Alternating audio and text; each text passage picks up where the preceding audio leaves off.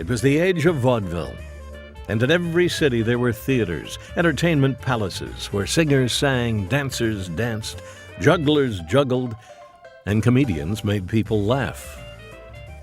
When he first stepped on the stage in 1905, vaudeville was at its peak. It was the only game in town.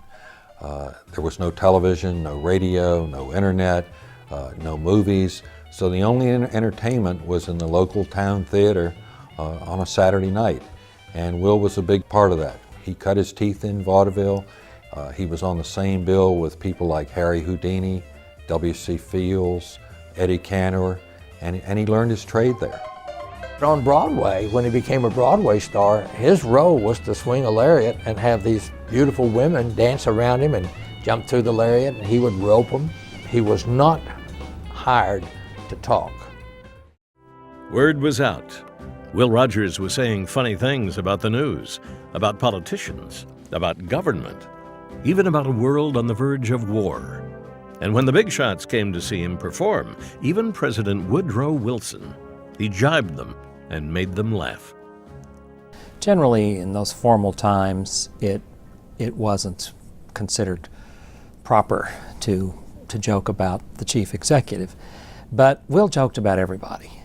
He thought that life was humorous, and he saw humor in everything. I loved that Will Rogers used politicians, but I loved it because he did it with humor. He never got up on the stage and said something mean, dirty, bad. And so the politicians were not afraid of him and probably thought it was a good advantage for them to be seen in his company. With Congress, every time they make a joke, it's a law.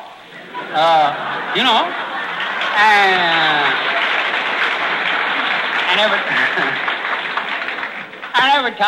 time they make a law, it's a joke. Rogers' gentle ribbing of politicians in his audience was not meant to hurt. In fact, he was very sensitive any time he heard someone had taken offense. But he wasn't going to back off from the issues that captured his interest. He was vividly upset with how the treaties, especially, and they were peace treaties, and he agreed with peace treaties, but he felt it was unfair to America's defense. He's talking about politics, which is totally unique at the time, and it's a time when people are really going through, slogging through it, and you've got somebody who's actually dealing with it and not doing that thing that both parties have a tendency to do, which is pontificate about it.